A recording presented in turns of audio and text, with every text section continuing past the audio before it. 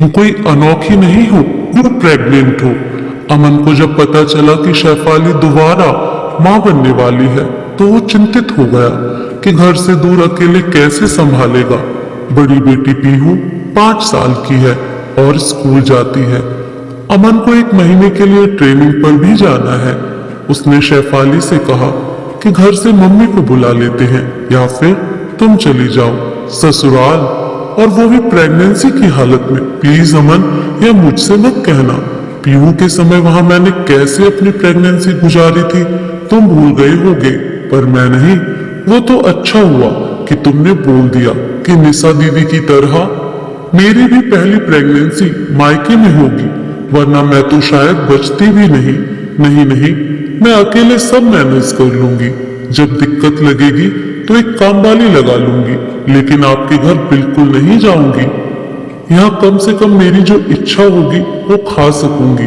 पीहू के समय तो शेफाली को कुछ याद आते ही आंखों से आंसू बह निकले। शेफाली को रोता देख अमन घबरा गया। अच्छा ठीक है, तुम कहीं मत जाओ, यहीं रहो अपने घर में। अच्छा ये बताओ, कुछ खाने का मन कर रहा हो तो ले आऊं बाजार से? हाँ बिल्कुल, आप मेरे लिए तिवारी के यहाँ के गरम समोसे और मावा जलेबी ले आइएगा। इस पीहू ने तो मुझे पूरे 9 महीने कुछ खाने नहीं दिया सिवा दही और रोटी के। अब देखना है कि ये बेबी कुछ खाने देगा या फिर अपनी दीदी की तरह उल्टी ही करवाएगा। शेफाली भी मुस्कुराते हुए बोली। अमन बाजार चला गया और शेफाली ने पीहू को बताया तो वो सुनकर खुश हो गई।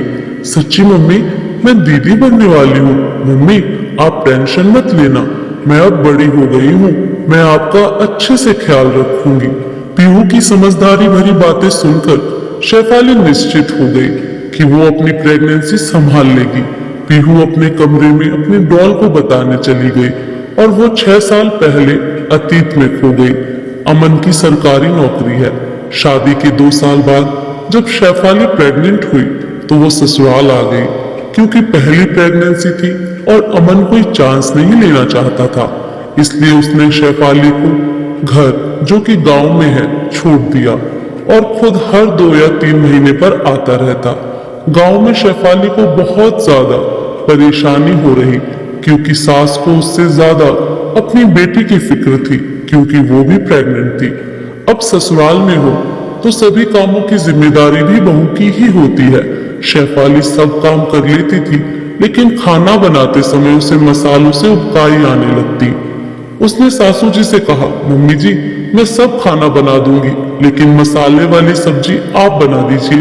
तब सास तबक के बोलती, तुम कोई अनोखी नहीं हो जो प्रेग्नेंट हो।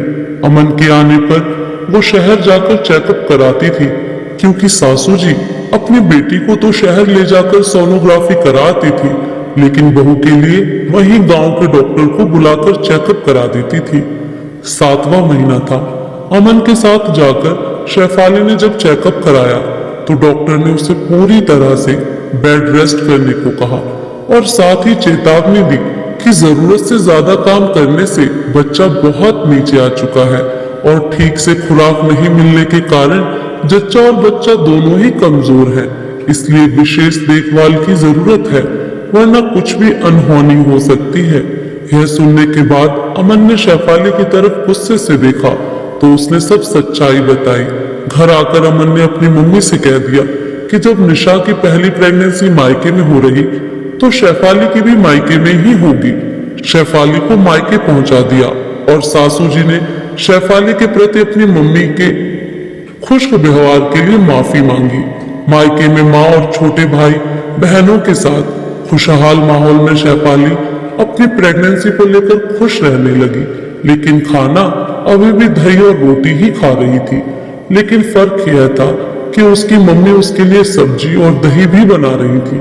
समय पूरे होने पर शेफाली ने प्यारी सी और स्वस्थ बेटी पीहू को जन्म दिया। कहाँ खो गई? लो समोसे और मावा जलेबी का आनंद लो।